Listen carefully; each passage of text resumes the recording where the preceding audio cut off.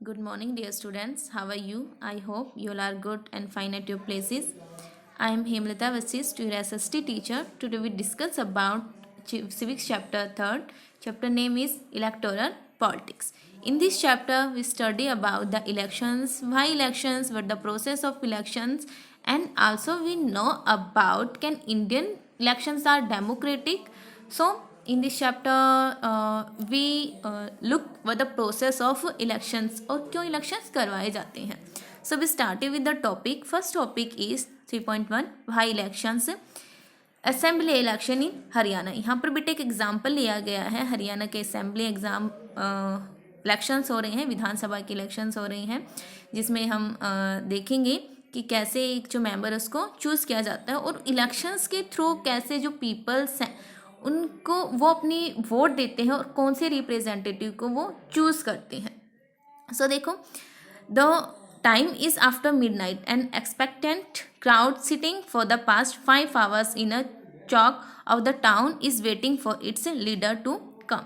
5 घंटे से बेटा वहाँ पे भीड़ लगी हुई है, अपने लीडर का वेट करिए कि हमारे नेता आएंगे यहाँ पर.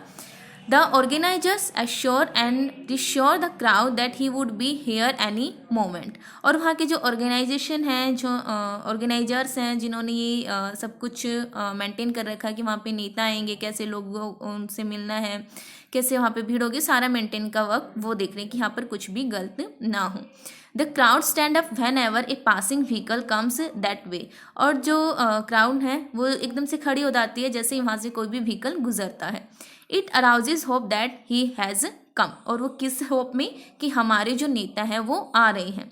The leader is mister Devilal. और किन का वेट कर रहे हैं वो? जो लीडर हैं नेशनल लोकदल पार्टी के जो लीडर थे मिस्टर देवीलाल, उनके वेट में वो वहाँ पर है. चीफ ऑफ द हरियाणा संघर्ष समिति.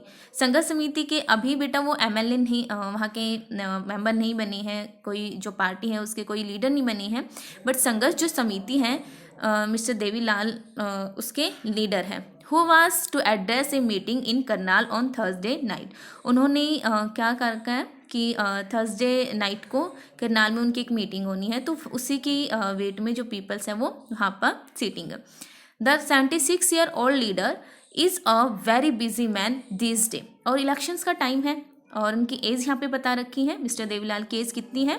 76 ईयर, यानी कि 76 साल के हैं वो. और वो काफ़ी, उनका जो शेड्यूल है इलेक्शन के टाइम पे वो काफ़ी ज़्यादा बिजी हो जाता है. His day starts at 8 AM and ends after 11 PM. उनके जो दिन की शुरुआत है, जैसे कि मॉर्निंग में हम उठते हैं, कोई बच्चा 4 o'clock उठ जाता है, कोई 5, कोई 6, सेम वैसे ही वो उनका जो वर्किंग शेड्यूल है, ठीक है, उठने वाला नहीं, वर्किंग जो शेड्यूल है वो 8 AM से लेकर के 11 PM तक है. He had already address 9 elections meeting since morning. सुबह उन्होंने 9 इलेक्शन मीटिंग ले चुके हैं, वो चुनावी की जो सभा है वो ले चुके हैं वो. And been constantly addressing public meeting for the past 23 months and preparing for this election. और पिछले 23 महीनों से वो कंटिन्यूसली जो मीटिंग्स है वो करते रहते हैं. किसके लिए? चुनाव के लिए. सो ये हमने देखा, यहाँ पर एग्जाम्पल देखा कि जो हरियाणा के जो असेंबली इलेक्शंस है उसके लिए कैसे जो भीड़ अपने नेता के लिए इकट्ठा होती है. अब यहाँ से हमारा जो टॉपिक है बेटा असेंबली इलेक्शन हरियाणा का वो शुरू होता है.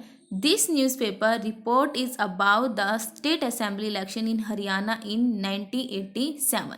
इससे पहले हमने जो ये पढ़ा था बेटा, ये एक न्यूज़पेपर की रिपोर्ट है जो हमें बताती है हरियाणा के असेंबली इलेक्शन के बारे में. कौन से टाइम पीरियड के? 1987 के. The state had been ruled by a Congress party lead government since 1982. 1982 में बेटा वहाँ पर जो गवर्नमेंट कांग्रेस पार्टी है, कांग्रेस पार्टी की ही गवर्नमेंट बनती आ रही थी. Chaudhary Devi Lal then an opposition leader. और चौधरी जो देवीलाल है बेटा वो किसी दूसरी पार्टी से बिलोंग करते हैं, यानी कि वो अपोजिशन लीडर है, विपरीत दूसरी जो पार्टी है विपक्षी पार्टी के नेता हैं. लीड ए मूवमेंट कॉल्ड न्याय युद्ध. और अपोजिशन पार्टी के लीडर है और उन्होंने एक मूवमेंट लीड किया है जिसका नाम क्या है? न्याय युद्ध, स्ट्रगल फॉर जस्टिस, न्याय के लिए संघर्ष. And formed a new party. और उन्होंने पे एक नई पार्टी बनाई है जिसका क्या नाम है, Lok Dal. His party joint other opposition parties to form a front against the Congress in the election comparison.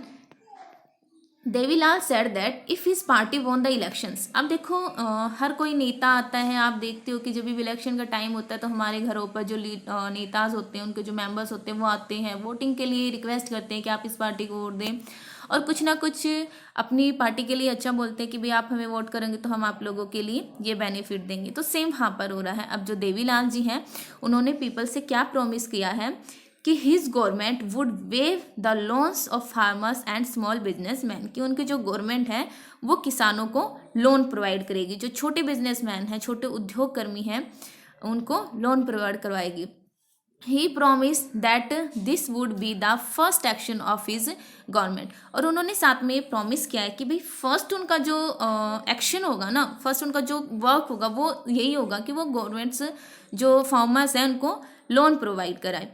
The people were unhappy with the existing government, और अभी जो गवर्नमेंट है उससे वो खुश नहीं है भाई, ठीक है, क्योंकि इलेक्शन होते ही इसीलिए हैं ताकि किसी एक पार्टी की वहाँ पर वो रूलिंग पार्टी ना रहे, किसी एक की सत्ता ना रहे। हर बार अलग अलग नेता आएंगी, उनकी नई नई पॉलिसीज़ होएंगी, वो लोगों को मद्देनज़र रख के अपनी पॉलिसीज़ बनाएंगे। अदरवाइज तरीके से कोई एक नेता होगा, एक पार्टी रेगुलरली वॉन होगी तो वो तो डेमोक्रेटिक में आएगा ही नहीं, वो तो मोनार्ची सिस्टम लागू हो जाएगा वहाँ पर, है ना। They were also attracted by Devi Lal promise, और इस तरीके से जो पहले वाली जो पार्टी थी, कांग्रेस पार्टी थी उनसे पहले, है ना, तो उससे वो अनहैप्पी थे, जिस वजह से उनको जो देवीलाल ने जो प्रॉमिस किया था वो अच्छा लगा। They voted overwhelmingly in favor of Lok Dal and its allies.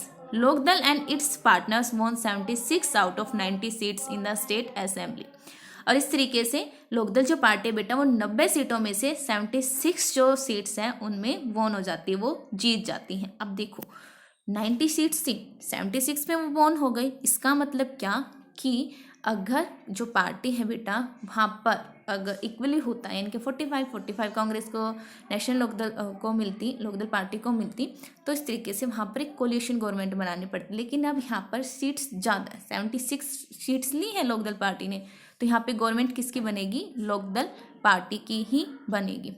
क्या आगे देखो, लोकदल अलोन वोन 60 सीट्स एंड दस had a clear majority in the assembly. The Congress would win only 5 seats, वो सिर्फ 5 सीट जीत पाती है, जिस पर उनकी कोई भी, क्योंकि ऐसा नहीं कि सिर्फ कांग्रेस था या फिर लोकदल था, ये 2 बड़ी पार्टियां थी, उसके साथ साथ कुछ अदर पार्टीज भी होती, तो कुछ वोट्स उनकी यहाँ भी चली जाती हैं। Once the election result were announce the sitting chief ministers resign the, अब जो चीफ मिनिस्टर थे भाई वो रिजाइन करते हैं, क्योंकि हर 5 साल में हमारे यहाँ पर जो चीफ मिनिस्टर वो चेंज होते हैं। The newly elected members of legislative assembly MLAs of Lok Dal choose Devi Lal as their leader. The governor invited Devi Lal to be the new chief minister 3 days after the election result were declare. 3 दिनों के बाद जो election का result है वो declare हो जाता है।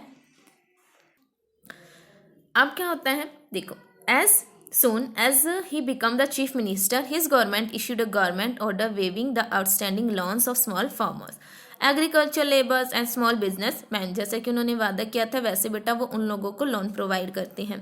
His party rule the state for 4 years, उनकी जो पार्टी वो 4 सालों तक रूल करती हैं पूरे राज्य पे। The next election were held in 1981 but this time his party did not win popular spot. The Congress von the elections and form the government. अब देखो 4 सालों तक उन्होंने रूल किया, लेकिन वो जो उन्होंने प्रॉमिस किए थे, जैसे भी प्रॉमिस किए थे वो सभी फुलफिल नहीं कर पाई, या फिर वो जैसे भी उन्होंने वादा कर रखा था कि भाई हम हमारी गवर्नमेंट आएगी हम लोगों के लिए वर्क करेंगे, तो वो वैसा नहीं कर पाए। इस वजह से अगला जब इलेक्शन हुआ अगले 5 सालों के बाद, तो वहाँ पर जो कांग्रेस पार्टी थी वो विन हो जाती है, यानी कि वहाँ पे जो MLA की सीट्स थी 90 जो सीट्स थी हरियाणा में, उसमें 45 से अबव जो सीट्स हैं वो किसकी आती हैं, कांग्रेस की आती हैं। और यहाँ पे देखो जो सीट्स होती हैं उनकी बहुत ज़्यादा वैल्यू होती है। अब मैंने आपको बताया था कि अगर 90 सीट्स हैं 45 अगर मिलती हैं, 45 कांग्रेस को 45 किसी अदर को, तो कांग्रेस की पार्टी को विन होने के लिए दूसरी गवर्नमेंट से जो सीट्स होती हैं बेटा वो खरीदनी पड़ती है। यहाँ पर एक कोलिशन गवर्नमेंट बनती है। बट अगर 47 सीट कांग्रेस की आती है तो वो कंप्लीट मेजोरिटी से विन हुई मानी जाती है। क्लियर? आगे चलते हैं। अब दोबारा इलेक्शन होते हैं, फिर से कांग्रेस आ जाती है। ओके, आज की क्लास में इतना ही। नेक्स्ट टॉपिक हम कल करेंगे। Bye, take care, stay home.